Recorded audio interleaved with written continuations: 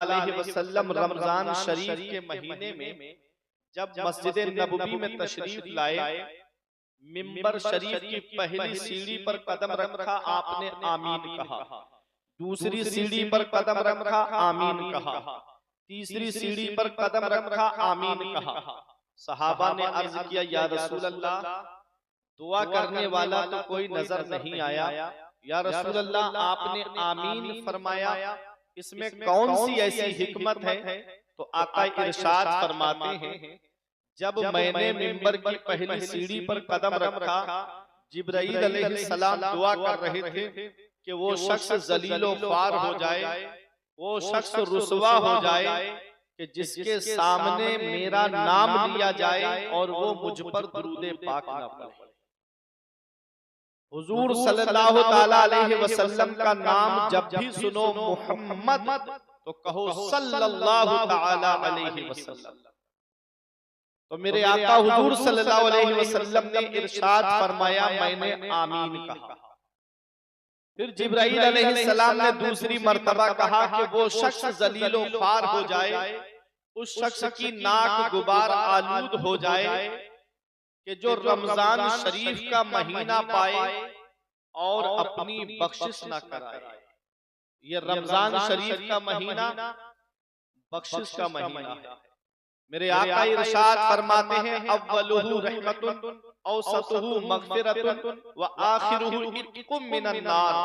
रमजान शरीफ का पहला अशरा रहमत का है, दूसरा अशरा मगफिरत का है और तीसरा अशरा जहन्नम से आजादी का है।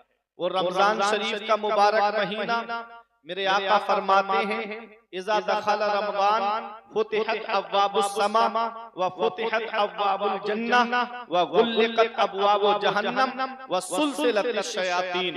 आका फरमाते हैं कि जब रमजान शरीफ का महीना आता है तो रहमत के दरवाजे खोल दिए जाते हैं, आसमान के दरवाजे खोल दिए जाते हैं, जन्नत के दरवाजे खोल दिए जाते हैं और जहन्नम के दरवाजे बंद कर दिए जाते हैं। वसुलसिलतिश शयातीन, और शयातीन को कैद कर दिया जाता है। मुझे बताओ, रमजान का महीना कितना बरकत वाला है, रमजान का महीना कितना अजमत वाला है। ऐसा मुबारक महीना हमारे और आपके दरमियान तशरीफ ला रहा है। आका फरमाते हैं, रजब अल्लाह का महीना है, शाबान मेरा महीना है। अल्लाह अकबर, ये मदीने वाले मुस्तफा का महीना चल रहा है। ये शाबान का महीना जब आता है तो मेरे आका हुजूर सल्लल्लाहु ताला अलैहि वसल्लम इस महीने में कसरत से रोजे रखा करते थे रमजान शरीफ के इस्तिकबाल के लिए। ये वो मुबारक महीना है। एक बार मेरे आका ने अर्ज किया रब की बारगाह में, मौला तूने मूसा अलैहिस्सलाम को सुअबान अता फरमाया। ये सुअबान क्या है? ये मूसा अलैहिस्सलाम का मोजज़ा है। आपको एक असा दिया गया, आपको एक डंडा दिया गया। जब आप दुश्मन से मुकाबले के लिए जाते तो वो डंडा जमीन पे डालते अजदहा बन जाता, सांप बन जाता। और जब आप जंगल में बकरियां लेकर के जाते तो आप उस असे से पत्ते तोड़ दिया करते थे। जब आपको आराम करना होता तो वो असा आपका तकिया बन जाता। जब आपको भूख लगती उसे जमीन पे गाड़ते, उस पर फल आ जाते, आप उन फलों को तनाबुल फरमा लेते। ये मूसा अलैहिस्सलाम का मोजज़ा है। मेरे अजीजों, मेरे आका ने अर्ज किया, मेरे परवरदिगार तूने मूसा अलैहिस्सलाम को सुअबान अता फरमाया है। तो रब की बारगाह से जवाब मिला, महबूब मैंने मूसा अलैहिस्सलाम को सुअबान अता फरमाया है और मैंने तुमको शाबान अता फरमाया है। तो ये वो मुबारक महीना है, ये वो अजमत वाला महीना है। इसी मुबारक महीने में एक रात ऐसी आती है, अल्लाह ताला ने 3 रातें अपने महबूब की उम्मत को ऐसी अता फरमाई है जो 3 रातें किसी और पैगंबर की उम्मतों को नहीं मिली। मेरे अजीजों, वो कौन सी 3 रातें हैं? एक है शबे मिअराज, एक है शबे बारात और एक है शबे कद्र। शबे मिअराज निकल गई 26 रजब को और शबे बारात आ रही है 3 फरवरी को मेरे अजीजों। और एक है शबे कद्र जो रमजान शरीफ के आखिरी अशरे की ताक रातों में आका ने फरमाया उसे तलाश करो। हमारे बुजुर्गों ने 27वीं शब बताई है। हदीस पाक तो ये मेरे आका इरशाद फरमाते हैं कि शबे कद्र को रमजान शरीफ के आखिरी अशरे की ताक रातों में तलाश करो। 20 के बाद 21 में भी हो सकती है, 23 में भी हो सकती है, 25 में भी हो सकती है, 27 में भी हो सकती है और 29 में भी हो सकती है। ज्यादा राजिह कौल 27वीं शब का है कि 27वीं शब को शबे कद्र होती है। मेरे अजीजों, अब आओ जरा तवज्जो के साथ सुनिएगा।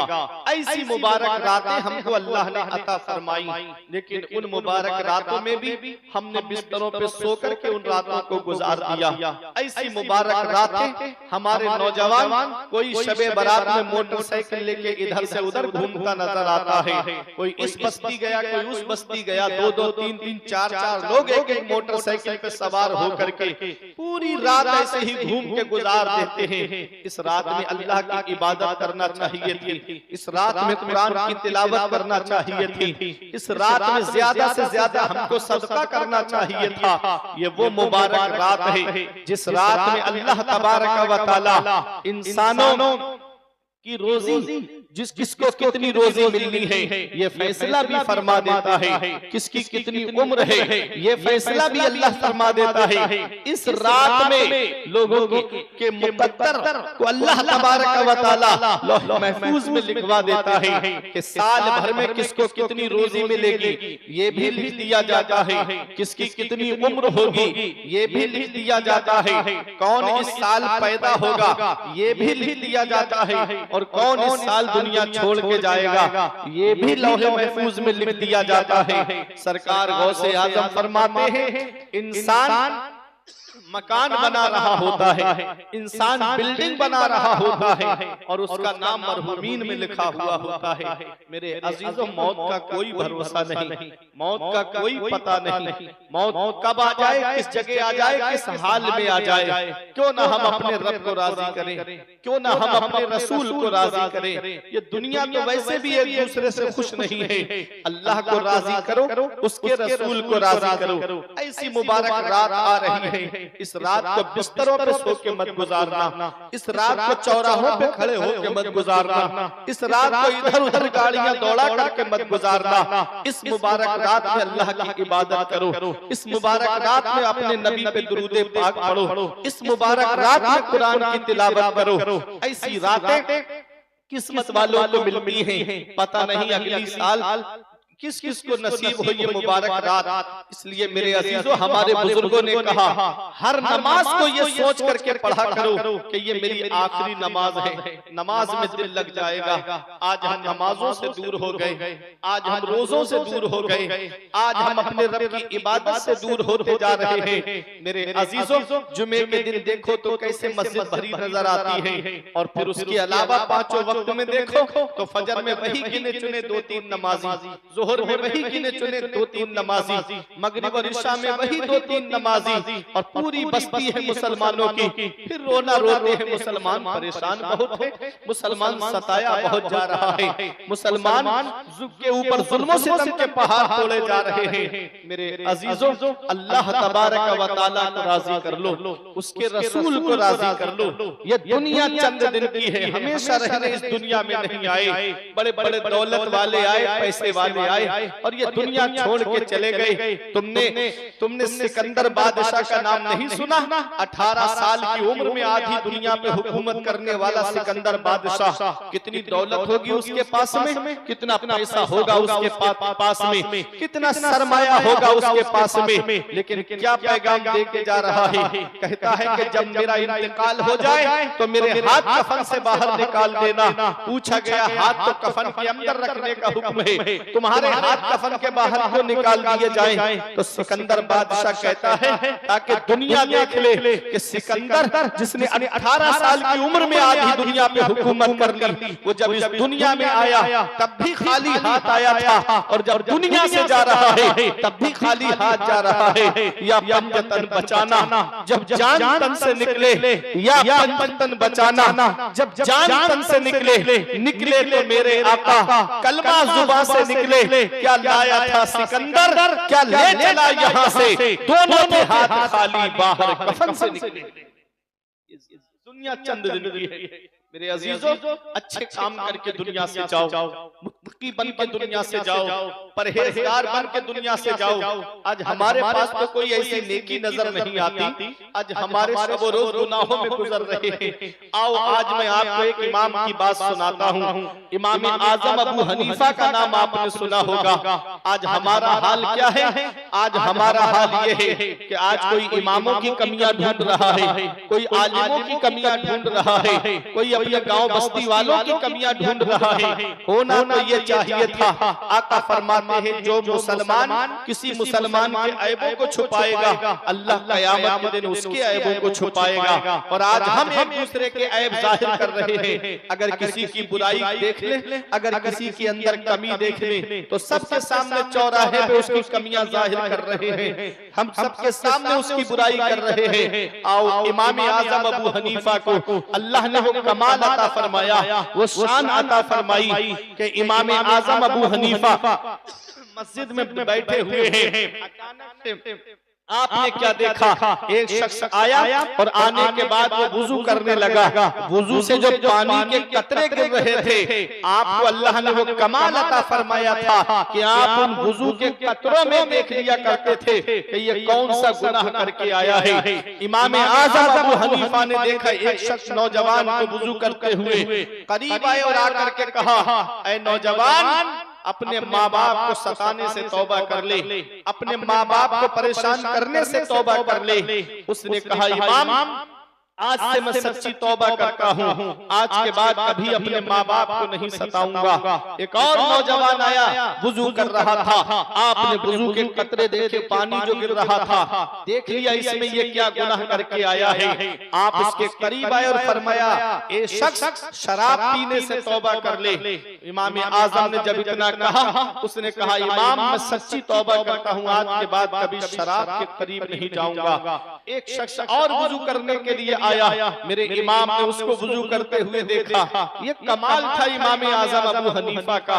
अरे मेरे आका की हदीस भी तो है, आका फरमाते हैं, इत्तकू फिरासतल मुमिनी फइन्नहु यंजुरु बिनूरिल्लाह। मोमिन की फिरासत बातिनी से बचो, वो अल्लाह के नूर से देखता है। इमाम आज़म अबू हनीफा को अल्लाह ने ये कमाल अता फरमाया कि जब आदमी कोई वुजू करता, उससे जो पानी के कतरे गिरते थे, देख लेते थे कि ये क्या गुनाह करके आया है। हदीस पाक है, मेरे आका इरशाद फरमाते हैं, जब कोई वुजू करता है तो उसके गुनाह वुजू के पानी के कतरों के साथ में गिर जाते हैं। इसलिए नमाजें पढ़ा करो, अच्छा वुजू किया करो, अल्लाह की इबादत के लिए अच्छा वुजू किया करो। मेरे अजीजों, जब कोई बंदा वुजू करता है तो जो पानी के कतरे गिरते हैं, उन पानी के कतरों के साथ में इंसान के गुनाह भी झड़ जाते हैं। इमाम आज़म अबू हनीफा देख रहे हैं, फिर आपकी आंखों में आंसू आ गए। कहते हैं, मैं लोगों के ऐब जाहिर कर रहा हूँ, मैं लोगों के ऐबों को बता रहा हूँ। कहते हैं कि मौला आज के बाद अबू हनीफा कभी लोगों की बुराइयां न देखे, उनके ऐब न देखे। आज के बाद जब भी उसे नजर आए तो लोगों की अच्छाइयां नजर आए। ये हमारा इमाम है, इमाम आज़म अबू हनीफा।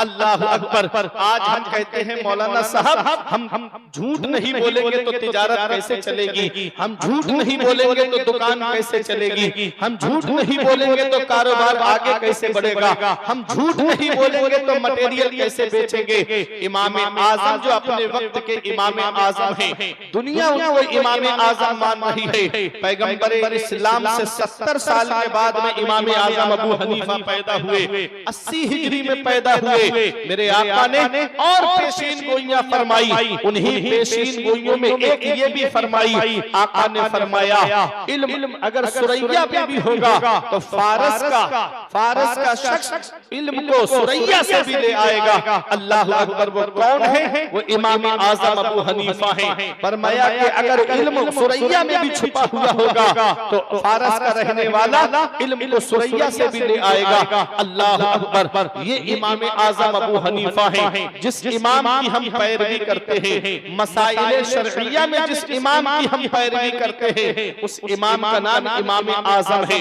हम हनफी जो कहलाते हैं इमाम आजम अबू हनीफा की तरफ निस्बत करके हम हनफी कहलाते हैं। आप देखिए जहां अपने वक्त के इमाम हैं, जहां आप अपने वक्त के बहुत बड़े आबिद हैं, जहां आप अपने वक्त के बहुत बड़े जाहिद हैं, वही अपने वक्त के बड़े ताजिर भी हैं। आप कपड़े की तिजारत करते थे, आप कपड़े का कारोबार करते थे। इमाम आजम अबू हनीफा एक दिन एक अपने खादिम से कहते हैं, देख इस कपड़े के अंदर ये ऐब है, जब भी कपड़ा बेचना तो ये ऐब बता करके बेचना। अल्लाह अकबर। ये इमाम आजम अबू हनीफा है। कपड़े का काम है, कपड़ा फटा हुआ होगा या कोई और ऐब रहा होगा, फरमाया इस कपड़े को और कपड़ों की कीमत में मत बेचना बल्कि इसको कम करके बेचना और ग्राहक को ऐब बता देना। उसकी मर्जी है, चाहे वो खरीदे चाहे वो ना खरीदे। जब इतना कहा इमाम आजम ने, आप नमाज पढ़ने के लिए मस्जिद में तशरीफ ले गए। ये इमाम आजम अबू हनीफा है। नफल तो पढ़ते ही थे रातों में, पांचों वक्त की नमाज अदा फरमाते, वो भी जमाअत के साथ में नमाज अदा फरमाते थे। इमाम आजम नमाज पढ़ के वापस आए, खादिम ने वो कपड़ा बेच दिया। आपने फरमाया वो कपड़े का क्या हुआ जो मैंने बताया था? कहा हजरत वो मैंने बेच दिया, मुझे याद नहीं रहा, मैंने उसको पूरी कीमत में बेच दिया। इतना सुनना था इमाम आजम अबू हनीफा का। आपने फरमाया जा पहले उसे तलाश कर जिसे तूने वो कपड़ा बेचा है। आज हमारा हाल क्या है? आज हम किसी को भी चूना लगा देते हैं, किसी को भी टोपी पहना देते हैं, कहते हैं कि मैंने अच्छी कीमत में बेच दिया, मैंने ये सामान अच्छे पैसों में बेच दिया। वो इमाम आजम अबू हनीफा है। फरमाते जा पहले उसको तलाश कर जिसे तूने वो कपड़ा बेचा है। वो कपड़ा सही नहीं था, उसे तूने मुकम्मल कीमत में क्यों बेचा और कपड़ों की कीमत के बराबर क्यों बेचा? गुलाम ढूंढने के लिए गया लेकिन वो आपको मिला नहीं। इमाम आजम अबू हनीफा ने फरमाया कितना कपड़ा बेचा, सारे पैसे बता। उसने कहा हजरत इतना सामान मैंने बेच दिया, इतने कपड़े मैंने बेच दिए। फरमाया ये पैसे ले जाके सदका कर दे।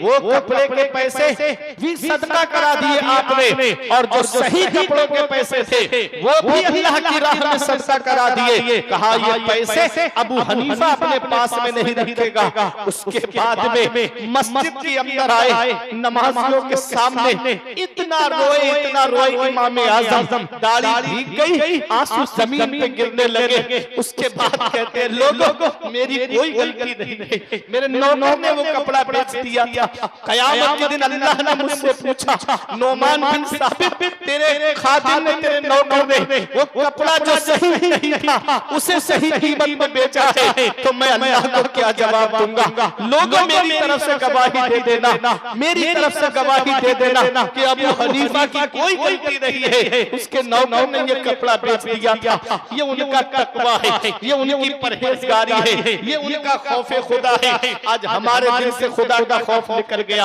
आज हमारे दिल से मरने का डर निकल गया, आज हमारे दिल से खुदा का खौफ निकल गया। कोई भाई की जमीन पे कब्जा कर लेता, एक आंसू उसकी आंख से नहीं निकलता। कोई भाई बहनों का हक मार लेता, एक आंसू उसकी आंख से नहीं निकलता। कोई पड़ोसियों का हक मार देता है, एक आंसू उसकी आंख से नहीं निकलता। कोई रिश्तेदारों का हक मार देता है, एक आंसू उसकी आंख से नहीं निकलता। लोगों अल्लाह की पकड़ से डरो, इन्ना बत्शा रब्बिका लशदीद, तेरे रब की पकड़ बहुत सख्त है। जब अल्लाह पकड़ता है तो फिर कोई छुड़ाने वाला नहीं मिलता। उस रब की पकड़ से डरो। वो अल्लाह है जिसने फिरौन को दरिया कुलसुम में डुबो के मार दिया। वो अल्लाह है जिसने नमरूद को नमरूद को दो छोटे छोटे बच्चों से मरवा दिया, नमरूद को लंगड़े मच्छर से मरवा दिया। वो अल्लाह है जिसने अबू जहल को दो छोटे छोटे बच्चों से मरवा दिया। वो अल्लाह है जिसने यजीद को दर्द कौलैन से मार दिया, उस रब की पकड़ से डरो, वो अल्लाह है, जब पकड़ता है तो फिर कोई छुड़ाने वाला नहीं मिलता। इसलिए हर हकदार को उसका हक दो, हर हकदार को उसका हक पहुंचाओ। ये दुनिया चंद दिन की है। अगर कोई इंसान आका फरमाते हैं किसी की एक बालिस्त जमीन पर नाजायज कब्जा कर ले, अल्लाह ताला क़यामत के दिन उस जमीन को नीचे तक तो सरा तक उसके गले का तौक बना करके उसकी गर्दन में लटका देगा। अल्लाह अकबर, जरा सोचो क़यामत के दिन, ये दुनिया में चंद दिन के लिए हम अपने मजे की खातिर, अपनी अना की खातिर, बुग़्ज़ो हसद की खातिर आज हम कोई भी किसी का हक मार लेता है। जरा सोचो क़यामत के दिन क्या हाल होगा। जिस औलाद को आज मोबाइल चलाने से फुर्सत नहीं, जिस औलाद को आज व्हाट्सएप देखने से फुर्सत नहीं, जिस औलाद को आज इंटरनेट चलाने से फुर्सत नहीं, वो क्या हमारी कब्र पे जाकर के कुरान पढ़ेगी। उस औलाद के लिए हमने आज पड़ोसियों का हक मार दिया, अजीजों अकारीब का हक मार दिया, रिश्तेदारों का हक मार दिया। क्या जवाब देंगे हम क़यामत में अपने रब को? क्या जवाब देंगे मदीने वाले मुस्तफा को? ये इमाम आज़म का तकवा है, ये इमाम आज़म की परहेजगारी है। कहते हैं लोगों, अगर अल्लाह क़यामत में पूछे मुझसे कि तेरे खादिम ने ये कपड़ा बेच दिया था, तो लोगों मेरी तरफ से गवाही दे देना, मेरी तरफ से मेरी सिफारिश कर देना कि अबू हनीफा की कोई गलती नहीं थी, उनके नौकर ने ये कपड़ा बेच दिया था। कौन है इमाम आज़म? वो इमाम आज़म जो हर रमजान शरीफ में 62 मरतबा कुरान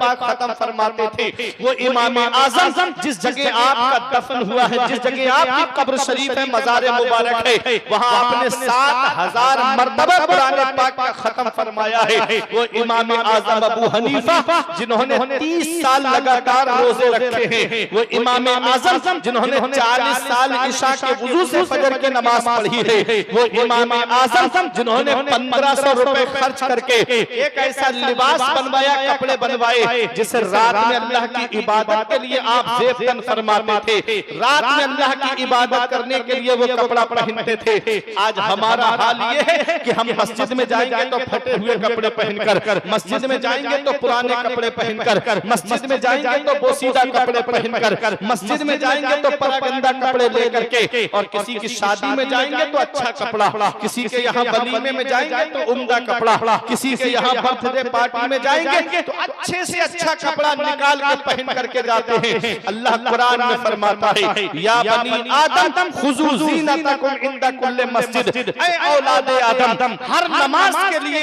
अच्छा लिबास पहनो, हर नमाज के लिए ज़ीनत पकड़ो, अच्छे कपड़े नमाज के लिए पहनो, उम्दा कपड़े नमाज के लिए पहनो, अच्छे कपड़े अल्लाह की इबादत के लिए ज़ेफ़तन करो। मेरे अजीजों, हमें ज़ीनत करनी है तो अल्लाह की इबादत के लिए करनी है, नमाज पढ़ने के लिए अच्छा लिबास पहनो। मेरे अजीजों, इमाम आज़म अबू हनीफा ने 1500 दिरहम का एक लिबास बनवाया जिसे आप नमाज पढ़ने के लिए इस्तेमाल फरमाते थे। रात में जब अल्लाह की इबादत करते तब उस लिबास को ज़ेफ़तन फरमाते थे। ये है इमाम आज़म, जिस इमाम की हम पैरवी करते हैं, जिस इमाम की आज हम मसाइल शरइया में पैरवी करते हैं। आज हम हनफी हैं तो हमें अपनी किस्मत नाज है, इमाम आज़म के मुक़ल्लिद हैं, हमें अपनी किस्मत में नाज है। मेरे अजीजों, जरा तवज्जो के साथ सुनिएगा, और मैं इमाम आज़म अबू हनीफा की शान बयान कर रहा हूँ। कौन है इमाम आज़म? उनके पास में एक बुढ़िया आई और आकर के इमाम आज़म से कहती है, इमाम, ईमानदारी से बताओ ये कपड़ा कितने का दोगे?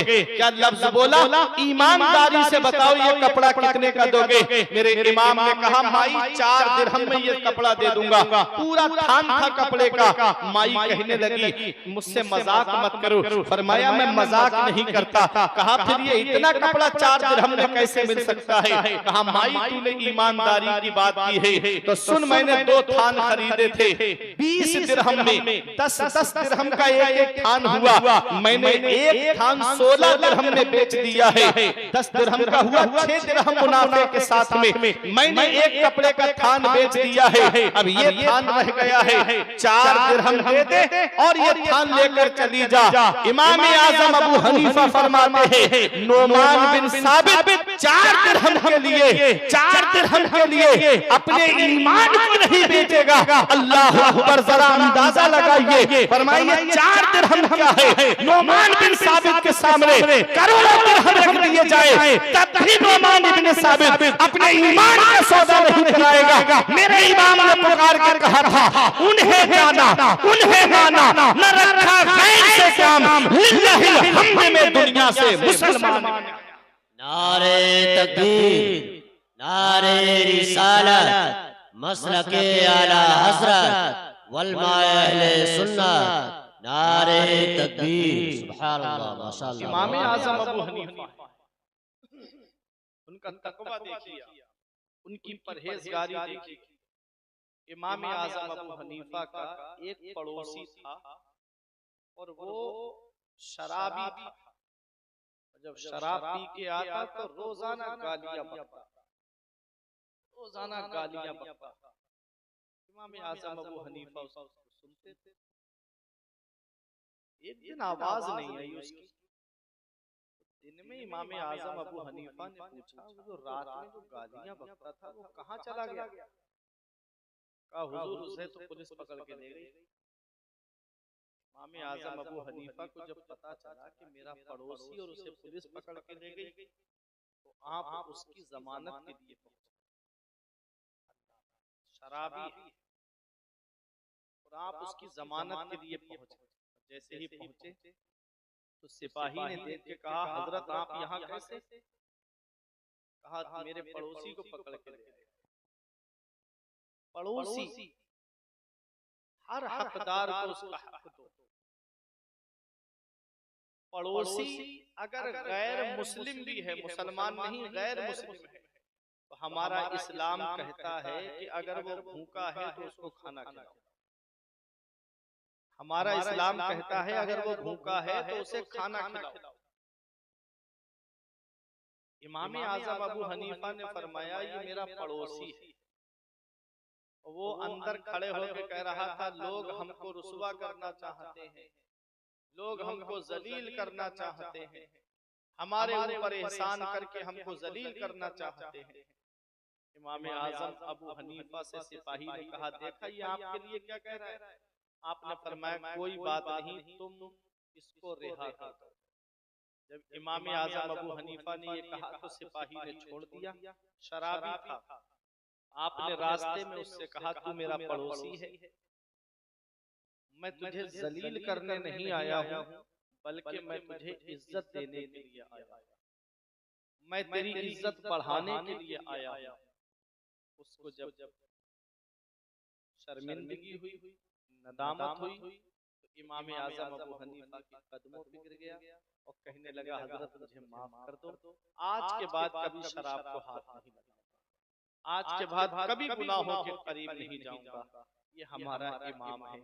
हमारे इमाम इमाम आज़म अबू हनीफा ने देखो इस्लाम की कैसे खिदमत की, देखो लोगों को कैसे रास्ते पे लाए हैं। इमाम आज़म अबू हनीफा का एक पड़ोसी मकान बेच के जा रहा था और उसने कहा कि मकान की कीमत 10,000 दिरहम है। कितनी? 10,000 दिरहम। तो लोगों ने कहा इतना महंगा तो मकान नहीं है जो तूने इतनी कीमत मांगी है। तो कहा 5,000 दिरहम मेरे मकान की कीमत है और 5,000 दिरहम इस चीज के लूंगा कि वो मकान इमाम आज़म अबू हनीफा के पड़ोस में है। जब इतना उसने कहा कीमत भी तय हो गई। मकान सुबह को पैसे देना थे, मकान खाली करना था। जब हमारे इमाम को पता चला इमाम आज़म अबू हनीफा को, तो आपने उसे बुलाया और फरमाया क्यों मकान बेचना चाहता है? उसने कहा हजरत बहुत कर्जा है मेरे ऊपर, हजरत मैं बहुत मकरूज हूँ। आपने फरमाया कितना कर्जा है? उसने अपना कर्जा बताया। इमाम आज़म अबू हनीफा ने 10,000 दिरहम उसको अपने पास से दे दिए और फरमाया वापस भी मत करना लेकिन मकान बेच के मत जा। मेरा पड़ोस छोड़ करके मत जा। लोगों, अच्छा पड़ोसी किस्मत से मिलता है। मेरे आका ने फरमाया इल्तमिसुल जारा क़ब्ल दार, घर बनाने से पहले पड़ोसी देख लो। अगर अच्छा पड़ोसी मिल जाता है तो इंसान को ये भी खुशकिस्मती की एक अलामत है कि उसको एक अच्छा पड़ोसी मिल जाए, वरना ऐसे ऐसे जालिम पड़ोसी मिल जाते हैं कि कभी कोई किसी भी मामले में फंसा देता है, कभी कोई किसी मामले में उसे उलझा देता है। इमाम आज़म अबू हनीफा ने अपने पास से वो पैसे दे दिए और फरमाया कि मकान बेच करके मत जा। कितनी खिदमत की है हमारे इमाम आज़म अबू हनीफा ने। अल्लाह अकबर। इमाम आज़म अबू हनीफा ने एक दिन आप रास्ता चल रहे थे, गली से गुजर रहे थे, एक आदमी ने देखा, एकदम देख करके भागने लगा। इमाम आज़म अबू हनीफा ने फरमाया ये मुझे देख के भागा क्यों, इसे बुलाओ। जब उसे बुलाया गया तो वो इमाम आज़म अबू हनीफा का मकरूज निकला। उसने कर्जा लिया था इमाम आज़म से और वो दे नहीं पाया, वक्त ज्यादा हो गया। इमाम आज़म अबू हनीफा ने फरमाया तुम क्यों मुझे देख करके भागे? उसने कहा हजरत मैं आपका मकरूज हूँ, मेरे ऊपर आपका कर्जा आ रहा है और मेरे पास पैसे है नहीं, इसलिए मैं भागा कि कहीं आप मुझे जलील न करो, कहीं आप मुझे शर्मिंदा ना करो। मेरे इमाम की आंखों में आंसू आ गए। फरमाया लोग मुझे देख के भागते हैं, आपने फरमाया जा, मैंने अपना कर्ज माफ कर दिया, तुझे कोई कर्जा देने की जरूरत नहीं है। अल्लाह अकबर। ये हमारा इमाम है, इमाम आज़म अबू हनीफा। और सूद, अल्लाह अकबर, वो बुरी चीज है। पैगंबर इस्लाम ने फरमाया जिसने सूद का एक ढेला खाया उसने अपनी माँ के साथ 36 बार ज़िना किया, माज़अल्लाह। उससे भी ज्यादा बदतर चीज है ये सूद। मेरे अजीजों, इमाम आज़म अबू हनीफा कर्ज देते थे लेकिन किसी से भी पैसा बढ़ा के नहीं लिया करते थे। ये उनका तकवा, ये उनकी परहेजगारी थी। एक दिन किसी की जनाजे की नमाज में आप शामिल हुए और जनाजा दफीना होने में टाइम लगा, देर हुई, धूप बहुत ज्यादा थी, शिद्दत की गर्मी पड़ रही थी, लोग साए तलाश करते फिर रहे थे। लोग सायों में तक चले गए, कोई पेड़ के नीचे है, कोई मकान के साए में है। इमाम आज़म अबू हनीफा धूप में खड़े हुए हैं। अल्लाह अकबर। धूप में खड़े हुए हैं। इमाम आज़म अबू हनीफा से किसी ने कहा हजरत ये मकान है, इसके साए में आप खड़े हो जाइए, धूप बहुत तेज है। लेकिन मेरे इमाम नहीं गए। फिर आया वो शख्स, कहा हजरत क्यों अपनी जान पर जुल्म कर रहे हैं, इतनी तेज गर्मी पड़ रही है, धूप पड़ रही है, आप मकान की साए में चले जाइए। इमाम आज़म अबू हनीफा ने फरमाया ये मकान का मालिक मेरा मकरूज है, इसने मुझसे कर्जा लिया है, अगर मैं इसके मकान के साए में चला गया तो कहीं ऐसा ना हो कि लोग ये समझे कि इमाम उसके मकान के साए में इसलिए खड़े हुए थे क्योंकि वो उनका मकरूज था, उसने उनसे कर्जा लिया था, इसलिए मैं इसके मकान के साए से भी फायदा नहीं लूंगा।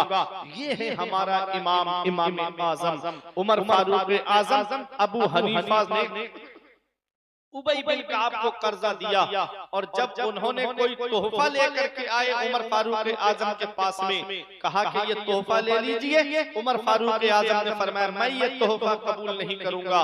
कहा क्यों? कहा कि तुम मेरे मकरूज हो, कहीं ये शायबा ना हो जाए कि इमाम के उमर फारूक आज़म ने जो कर्ज दिया है उसके बदले में ये तोहफा लिया है, कहीं सूद से मुशाबहत ना हो जाए, इसलिए मुझे ये तोहफा नहीं चाहिए। अल्लाह अकबर। ये हमारे बुजुर्ग हैं जो शायबे से भी बचा करते हैं, जो मुश्तबह चीजों से भी बचा करते हैं, इसीलिए आज दुनिया इनको याद कर रही है, इसीलिए दुनिया इनका खुतबा पढ़ रही है, इसीलिए दुनिया इनकी बारगाह में खिराज अकीदत पेश कर रही है। मेरे अजीजों, इसी शाबान के महीने में इमाम आज़म अबू हनीफा अल्लाह अकबर नोमान बिन साबित जिनका मकाम बहुत बुलंद है, जिनका मर्तबा बहुत बुलंद है, जिनकी शान बहुत बुलंद है, उनको याद किया जा रहा है। अल्लाह अकबर। इसी मुबारक महीने में शबे बारात भी है, इसी मुबारक महीने में इमाम आज़म अबू हनीफा विसाल भी है। ऐ मेरे अजीजों, जरा तवज्जो के साथ सुनिएगा।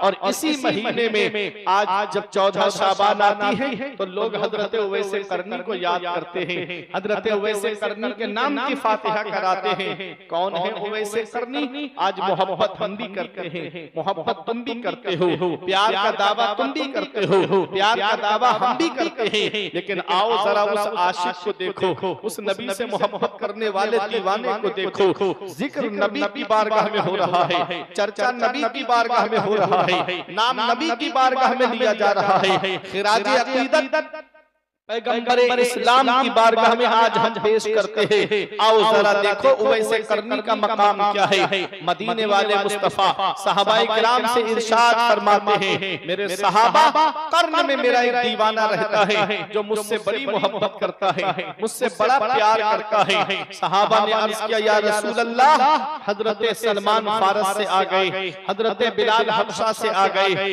हजरत सुहैब रूम से आ गए। कर्न तो कोई दूर नहीं है, यमन तो कोई दूर नहीं है, वो आपके दीदार के लिए क्यों नहीं आए? आका फरमाते हैं, उनकी बूढ़ी माँ है जो अपनी माँ की खिदमत में लगे रहते हैं। अल्लाह अकबर। मेरे आका ने, मैं मफहूम बता रहा हूँ, मेरे आका ने हजरत उमर फारूक आज़म और हजरत मौला अली से फरमाया, जब तुम्हारी मुलाकात मेरे उवैस से हो तो उससे अपने लिए मग़फ़िरत की दुआ कराना, और मेरे उवैस को मेरा सलाम कहना, और मेरे उवैस को मेरा ये पैराहन शरीफ दे देना, और कहना कि मेरी गुनाहगार उम्मत के लिए बख्शिश की दुआ करे, मेरी गुनाहगार उम्मत के लिए मग़फ़िरत की दुआ करे। अल्लाह अकबर। वो हज़रत उवैस करनी, उमर फारूक आज़म का जब दौरे खिलाफत आया तो आपने हज के मौके पे, आज दुनिया के कोने कोने से हाजी आया है मक्के में, अल्लाह अकबर, हज के मौके पे ऐलान कर दिया, ए हाजियों, कोई जाए नहीं हज के अरकान अदा करने के बाद में, तमाम हाजी जबल कुबैस के नीचे जमा हो जाएं।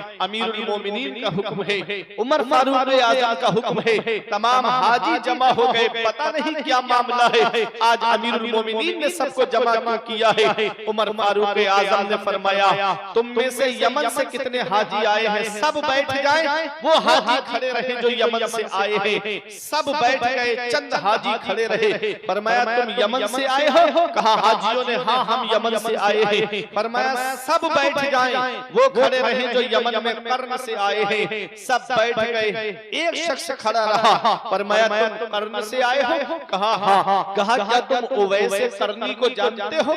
कहा, कौन उवैस करनी? मैं तो किसी उवैस को नहीं जानता। हाँ, एक मेरा भतीजा है उवैस नाम का, लेकिन वो तो इस लायक नहीं कि आप उसका नाम लें, वो तो इस लायक नहीं कि आप उसका जिक्र करें। वो तो दीवाना है, वो तो पागल है। जब गलियों से गुजरता है तो बच्चे उसके ऊपर पत्थर मारते हैं, जब गलियों से गुजरता है तो कुत्ते उसके ऊपर भौंकते हैं। अल्लाह अकबर। उवैस करनी का जब नाम सुना तो आंखों में आंसू आ गए। आपने फरमाया, तू पागल क्यों कह रहा है? उसने कहा कि जब लोग रोते हैं तो वो हंसता है, और जब लोग हंसते हैं तो वो रोता है। कहा कि जब बच्चे पत्थर मारते हैं तो उनसे कहता है, बच्चों मुझे मोटे मोटे पत्थरों से न मारा करो। जब मुझे मोटे मोटे पत्थरों से मारते हो मेरे जिस्म से खून निकलता है और मेरा वुजू टूट जाता है। मुझे छोटे छोटे पत्थरों से मारा करो ताकि मेरे जिस्म को चोट तो लगे लेकिन मेरा वुजू न टूटे, मेरा वुजू सलामत रहे। उमर फारूक आज़म ने फरमाया, वो मिलेंगे कहा यही हमारे साथ आया है, कहीं हमारी बकरियां चरा रहा होगा।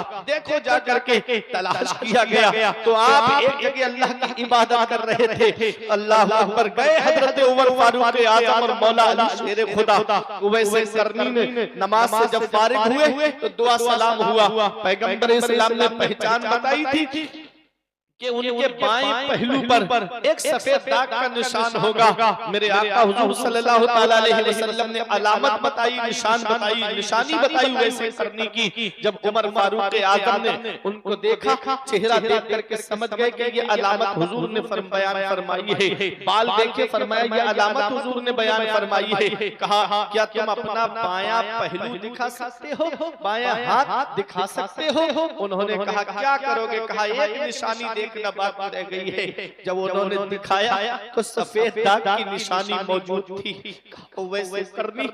वैसे करनी तो नबी ने सलाम कहा है, पैगंबर इस्लाम ने सलाम कहा है। इतना सुनना था कि रोने लगे। कहा मेरे आका ने मुझको सलाम कहा है। कहा मेरे आका ने तुमको सलाम कहा है। वैसे करनी रोए और रो करके कहने लगे, बताओ और कुछ मेरे आका ने फरमाया? कहा हाँ। आका ने फरमाया कि आका की गुनहगार उम्मत के लिए बख्शिश की दुआ करना। वैसे करनी रो करके आका की गुनहगार उम्मत के लिए बख्शिश की दुआ कर रहे हैं। अल्लाह अकबर। लोगों, आज हम लोग फिल्मों में मस्त हो गए, आज हम लोग गानों में मस्त हो गए। आज हमारे पास इतना वक्त नहीं कि 10 मिनट अपने नबी पे दुरूद पाक पढ़ ले। आज हमारे पास इतना वक्त नहीं, 10-15 लोगों का परिवार हमारे घर में, इतना टाइम नहीं हमारे पास कि हम पैगंबर इस्लाम पे सब लोग दुरूद पाक पढ़े, नबी का लाया हुआ कुरान घर में उसकी तिलावत करें। आज इतना वक्त नहीं हमारे पास में कि हम पैगंबर इस्लाम पर दुरूद और सलाम पढ़ लें। अल्लाह अकबर। पैगंबर इस्लाम जब इस दुनिया में तशरीफ लाए तो हम गुनाहगारों के लिए बख्शिश की दुआ करते हुए तशरीफ लाए। जब मेराज को तशरीफ ले जा रहे हैं तब भी हम गुनाहगारों को याद कर रहे हैं, और जब आका इस दुनिया जाहिरी से तशरीफ ले गए तब भी हम गुनाहगारों को याद कर रहे हैं। आला हजरत पुकार कहते हैं, दुश्मने अहमद पर शिद्दत कीजिए, मुल्हिदों की क्या मुरव्वत कीजिए, गैज़ में जल जाए बेदीनों के दिल, या रसूल अल्लाह की कसरत कीजिए, जो ना भूला आज तक हम गरीबों को रज़ा, याद उसकी अपनी आदत कीजिए। कितनी मोहब्बत है आका को हम गुनाहगारों से, कितना प्यार है आका को हम गुनाहगारों से। अल्लाह अकबर। और आज हमारा हाल, आका ने फरमाया जुइलत कुर्रतु ऐनी फिस सलाह, मेरी आंखों की ठंडक नमाज में है। कितना हम अपने आका की आंखों को ठंडक पहुंचा रहे हैं, कितना हम अपने आका की आंखों को ठंडक पहुंचा रहे हैं। इन आंखों से आज मोबाइल पे गंदी तस्वीरें देख के आंखें गंदी हो गई। अल्लाह अकबर। मेरा इमाम कहता है कल तो दीदार का दिन है, और वहां तो नबी का दीदार करना है, सहाबा का दीदार करना है, वहां तो गौसे आजम का दीदार करना है, वहां तो गरीब नवाज का दीदार करना है, वहां तो गाजी दूल्हा का दीदार करना है, वहां तो इमाम इश्क मोहब्बत का दीदार करना है। अल्लाह अकबर। कल तो दीदार का दिन है और यहाँ आंख बेकार है, क्या होना है? हाय बिगड़ी तो कहा आकर नाओ, ऐन मझधार है, क्या होना है? दूर जाना है रहा दिल थोड़ा, मत पे क्या मार है, क्या होना है? आज हम अपने रसूल को भूलते जा रहे हैं, आज हम अपने खुदा को भूलते जा रहे हैं। अल्लाह अकबर। रसूल के फरमान हमको याद नहीं, अल्लाह के फरमान हमको याद नहीं, बस दुनिया में लगे हुए हैं, दुनिया में लगे हैं, दौलत कमा लें, पैसा कमा लें, जितना ऐश करना है दुनिया के ऊपर कर ले। अल्लाह अकबर। मेरे अजीजों, उस कब्र की सख्तियों को याद करो, उस कब्र की काली कोठरी को याद करो, उस कब्र के अंदर कीड़े मकोड़ों को याद करो।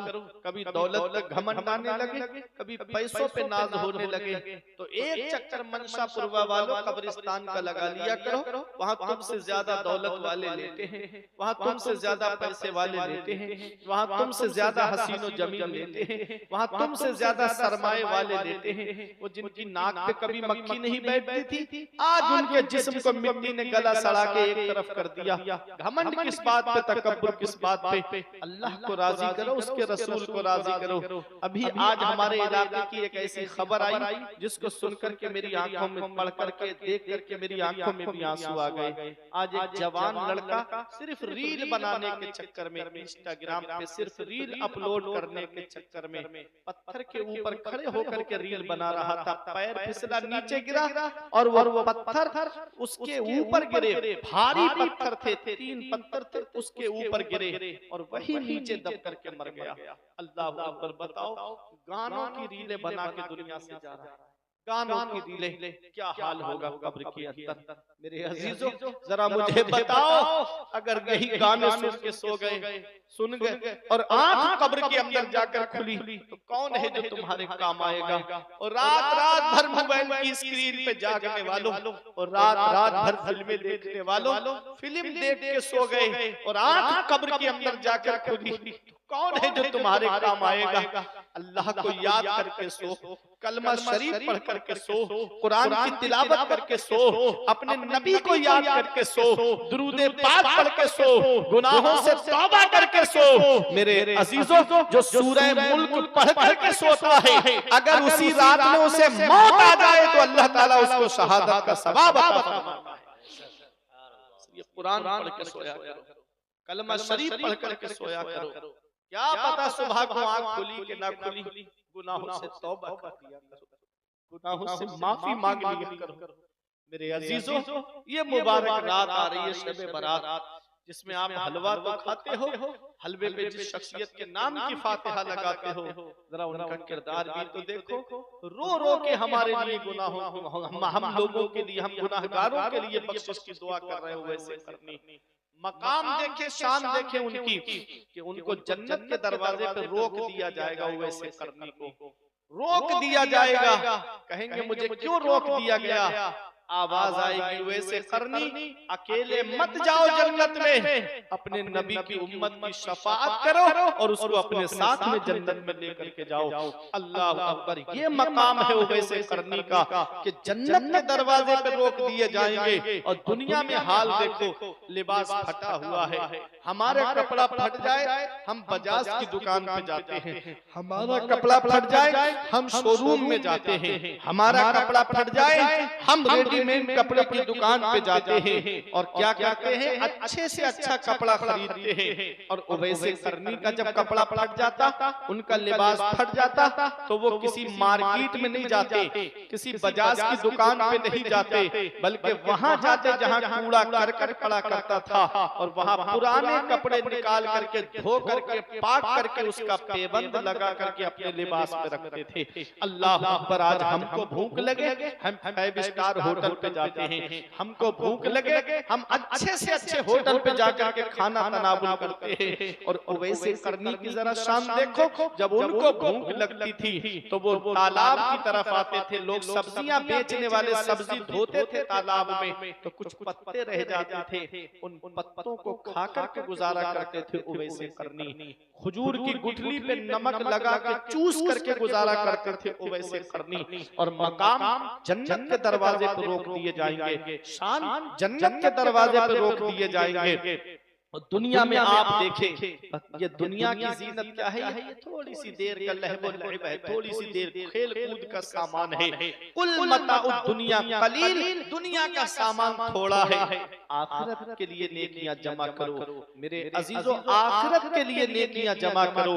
पता नहीं मरने के बाद औलाद ने कुरान खानी कराई कि नहीं कराई, पता नहीं मरने के बाद औलाद ने ईसाले सवाब किया कि नहीं किया। ये तो हमारे सद्दाम साहब हैं कि जो अपने वालिदैन के लिए ईसाले सवाब कर रहे हैं, उनके लिए हर सालाना जो है फातिहा का इहतिमाम करते हैं, उनके लिए ईसाले सवाब की महफिल को सजाते हैं। पता नहीं कि हर किसी का बेटा ऐसा होगा, कोई कहीं जाकर के रह रहा है, कोई कहीं जाकर के रह रहा है, कोई अपने बिजनेस में मस्त है, कोई कारोबार में मस्त है। मेरे अजीजों, किसको टाइम है? माँ बाप जिंदा होते हैं तब तो उनका हाल पूछा नहीं जाता, माँ बाप हयात होते हैं तो उनकी खैरियत पूछी नहीं जाती। तो जो औलाद आज जिंदा पे माँ बाप की खैरियत नहीं पूछ रही है, वो मरने के बाद क्या तुम्हारी कब्र पे जाकर के कुरान पढ़ेगी? वो मरने के बाद क्या तुम्हारी कब्र पे जाकर के ईसाले सवाब करेगी? इसीलिए इल्मी साहब फरमाते हैं, पढ़ के तू कुरान को अब जमा कर ले कुछ सवाब, कब्र पर फिर कौन आए फातिहा के वास्ते। काम वो कर ले प्यारे जिसके 22 कब्र में बागे रिजवा से खुले खिड़की हवा के वास्ते, काम दोज़ख के किए जन्नत का है उम्मीदवार, कसरे जन्नत तो बना है पारसा के वास्ते, कसरे जन्नत तो बना है पारसा के वास्ते। मुत्तकी बनो, परहेजगार बनो। हमारे बुजुर्गों ने दुनिया की जीनत की तरफ नहीं देखा, अल्लाह को राजी किया, उसके रसूल को राजी किया। लोग क्या कह रहे हैं नहीं देखा, लोग क्या बोल रहे हैं नहीं देखा, बस अल्लाह का फरमान देखा, उसके रसूल का फरमान देखा। अल्लाह को राजी करो, उसके रसूल को राजी करो। दुनिया तो वैसे भी सबसे राजी नहीं है। आका ने 1500 साल पहले फरमाया था, इज़न नास अज़हरुल इल्म व ज़य्युल अमल व तहब्बु बिल अलसिन व तबागदु बिल कुलूब व तकातउ बिल अरहाम। आका फरमाते कुछ ऐसे लोग होंगे, इल्म होगा उनके पास लेकिन अमल नहीं होगा। आका फरमाते हैं जुबान से मोहब्बत करेंगे और दिलों में बुग़्ज़ भरे हुए होंगे। जुबान से मोहब्बत करेंगे, दिलों में बुग़्ज़ भरे हुए होंगे और रिश्तेदारियां तोड़ेंगे, रिश्तेदारियां खत्म करेंगे। आज ऐसे लोग पाए जाते हैं, कोई किसी की दौलत से जल रहा है, कोई किसी की तरक्की से जल रहा है, कोई किसी के मनसब से जल रहा है। मेरे आका ने फरमाया था ऐसे लोगों के ऊपर अल्लाह की लानत है, उसके रसूल की लानत है, उसके फरिश्तों की लानत है और अल्लाह ऐसे लोगों को बहिरा करके उठाएगा, अल्लाह ऐसे लोगों को अंधा करके क़यामत। अब बताओ मेरे अज़ीज़ों, मैं आपसे पूछना चाहता हूँ, ये मेरी आखिरी बात है, तकरीर खत्म करने जा रहा हूँ अपनी। आज हम दुनिया के अंदर रह रहे हैं, तो क्या आज हम आपस में एक दूसरे से मोहब्बत कर रहे हैं? क्या आज हमारे अंदर खुलूस है? क्या आज हम काम खुलूस व लिल्लाहियत के साथ कर रहे हैं? हम जो भी काम करते हैं इल्ला माशाअल्लाह दिखावा हमारे कामों में ज्यादा होता है, खुलूस कम होता है। आज रिश्तेदारियों में भी दिखावा हो रहा है, आज आपस में मोहब्बत करने में भी दिखावा चल रहा है। मेरे अजीजों, ये शबे बारात आ रही है, ऐसी मुबारक रात है। इस रात में अल्लाह तबारक व तआला आसमाने दुनिया पर खास तजल्ली फरमाता है। परवरदिगारे आलम का दरिया रहमत जोश में होता है।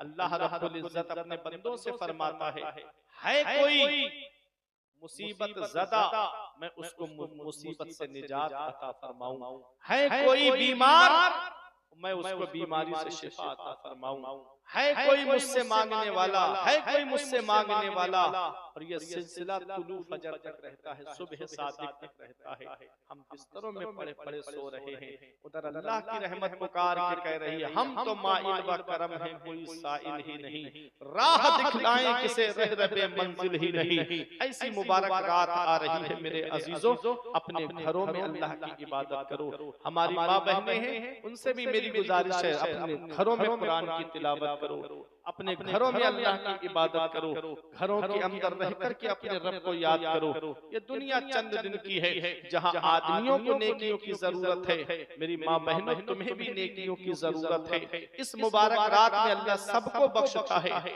बनी कल्ब की बकरियों के बालों से ज्यादा लोगों की बख्शिश फरमाता है इस रात में। और बनी कल्ब कबीला जानते हो, जब वो कबीला बकरियां लेकर के निकलता था तो तारीख में लिखा है कि जहां तक नजर जाती थी उस कबीले की बकरियां ही बकरियां नजर आती थी। अल्लाह अकबर, कितनी बकरियां होंगी और एक बकरी के ऊपर कितने बाल होंगे, कोई इंसान गिन के बता सकता है? वो अपने सर के बाल गिन के नहीं बता सकता। तो जरा सोचो बकरियों के बदन पे कितने बाल होंगे और अल्लाह कितने लोगों की बख्शिश फरमाता होगा, कितने लोगों की मगफरत फरमाता होगा इस मुबारक रात में। ये तो एक तादाद है, गिनती है बनी कल्ब की बकरियों के बराबर। अल्लाह की रहमत जोश में आ जाए तो उससे ज्यादा लोगों की मग़फ़िरत फरमा दे। मेरे अजीजों, इस रात में अल्लाह सबको बख्शता है, लेकिन उसको नहीं बख्शता है जो माँ बाप का नाफरमान है। अल्लाह उसको नहीं बख्शता है जो शराब का आदी है। अल्लाह उसको नहीं बख्शता है जो जुए का आदी है। अल्लाह उसको नहीं बख्शता है जो नुजूमी है, काहिन है। अल्लाह इस रात में उसे नहीं बख्शता है जो रिश्तेदारियां खत्म करता है, जो रिश्तेदारियां तोड़ देता है। अब मैं आपको बताना चाहता हूँ, इस मुबारक रात में अगर माँ बाप नाराज है तो उनको राजी कर लो, भाई बहन नाराज है तो उनको राजी कर लो, रिश्तेदार नाराज है तो उनको राजी कर लो, पड़ोसी नाराज है तो उनको राजी कर लो। मेरे अजीजों,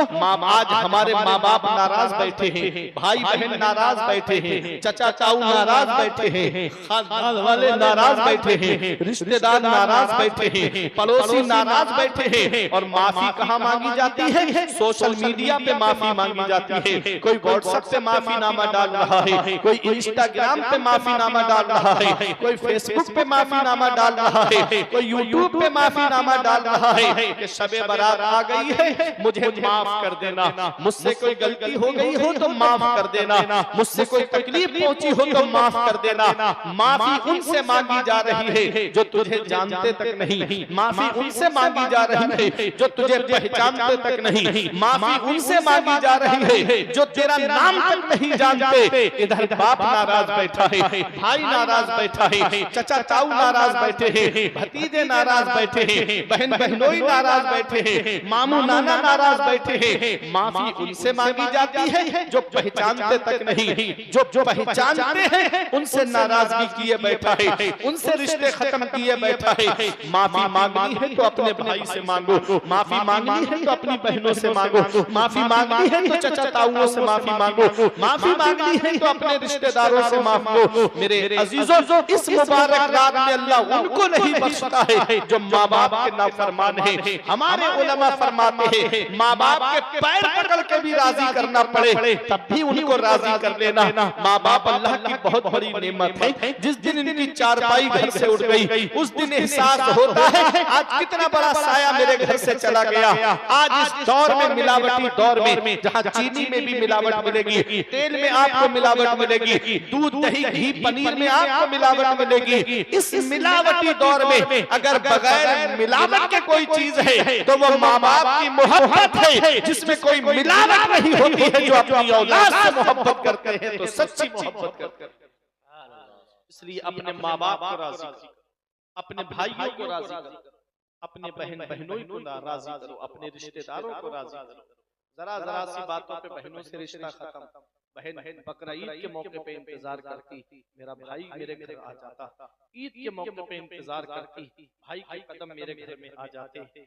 शबे बारात में इंतजार करती, काश मेरे भाई के कदम मेरे घर में आ जाते।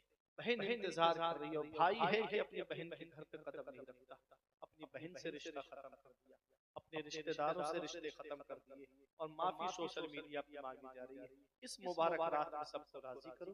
कोई नाराज है तो उससे माफी मांग लो, कहो कि मुझे माफ कर देना। इस मुबारक रात में मेरे लिए भी बख्शिश की दुआ करो, मैं आपके लिए भी बख्शिश की दुआ करूंगा। अल्लाह ताला इरशाद फरमाता है इन्नल्लाह यअमुरु बिल अदली वल इहसान व ईताइ ज़िल कुर्बा।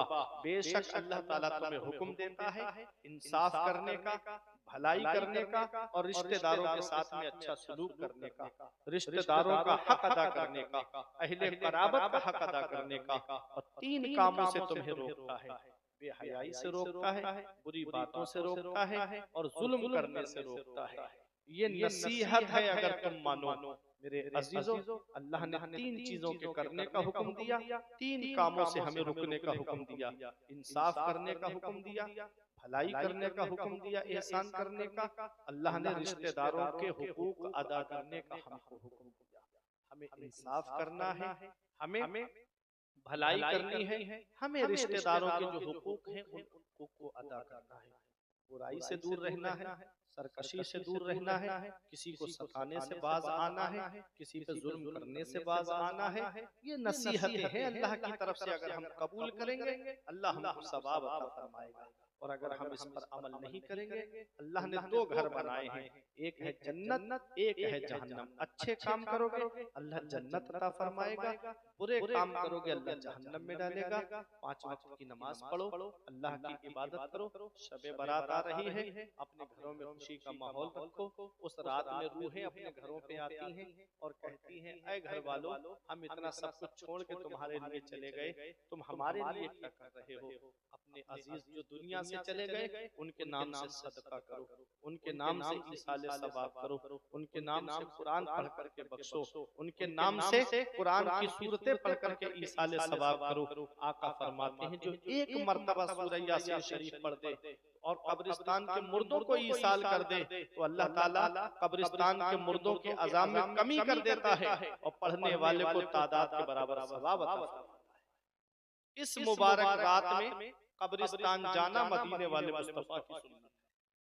शबे बारात में कब्रिस्तान जाना मदीने वाले मुस्तफा की सुन्नत है कि मेरे आका शबे बारात में शुहदाए उहुद की कब्रों पे आप तशरीफ ले जाते थे और वहां जाकर के मेरे आका हुजूर सल्लल्लाहु तआला अलैहि वसल्लम उन कब्रों के पास तशरीफ ले जाते थे। यहाँ से ये पता चलता है कि शबे बारात में कब्रिस्तान जाना मदीने वाले मुस्तफा की सुन्नत है।